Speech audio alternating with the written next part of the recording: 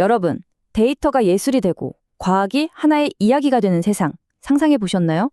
오늘은요, 눈에 보이지도 않는 이 숫자들 있잖아요.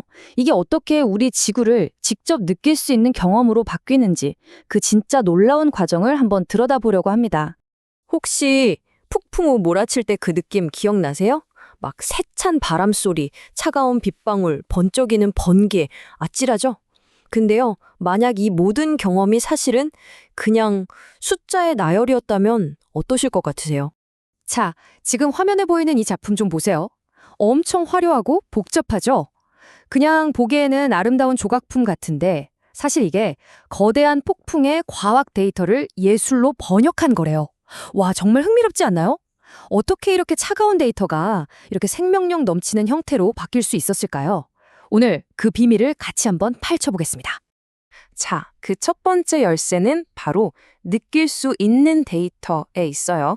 추상적인 정보가 어떻게 우리 감각으로 직접 경험할 수 있는 무언가로 변하는지 그 첫걸음부터 따라가 보죠. 바로 이 질문에 대한 답을 찾고 있는 사람이 있습니다. 예술가 나탈리 미에바크인데요.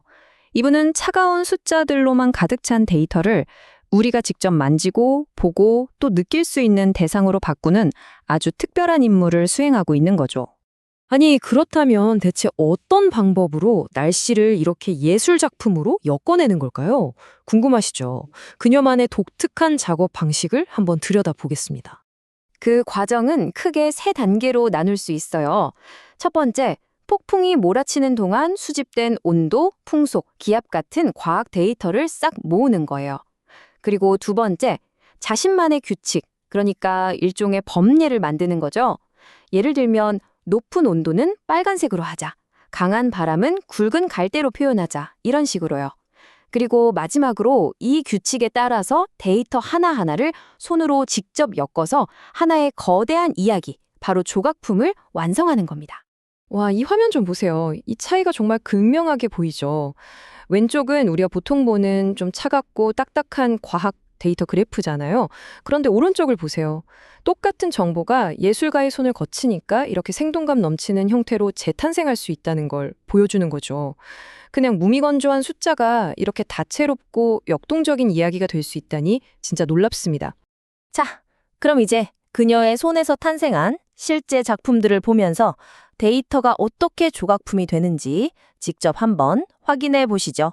지금 보시는 이 작품의 이름은 변화하는 바다예요. 여기에는 그냥 폭풍 데이터만 있는 게 아니고요.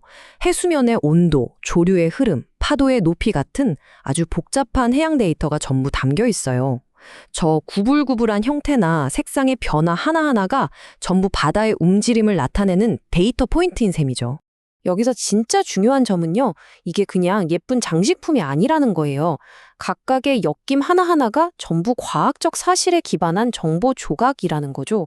그러니까 이 조각품 전체는 우리 행성에서 실제로 일어나는 자연현상에 대한 아주 풍부한 서사를 담은 말하자면 3차원 지도라고 할 수 있는 겁니다.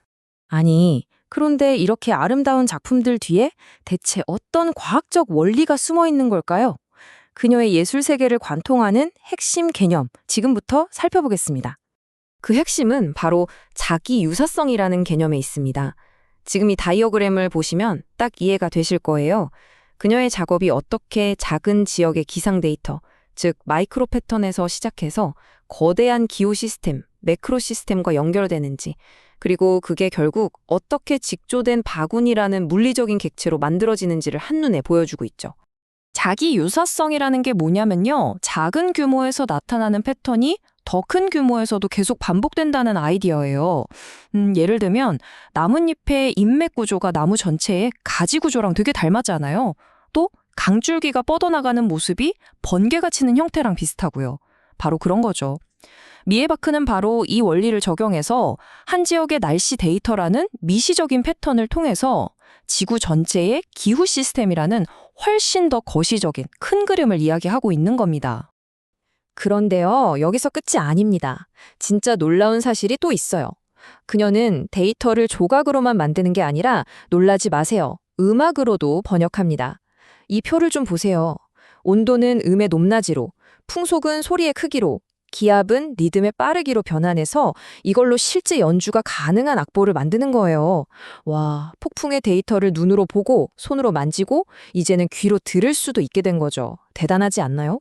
이렇게 데이터를 시각과 청각으로 번역하는 그녀만의 독특한 접근 방식은요, 그냥 예술 활동에서 그치는 게 아니라 실제 학문 세계에도 아주 새로운 영감을 불어넣고 있습니다.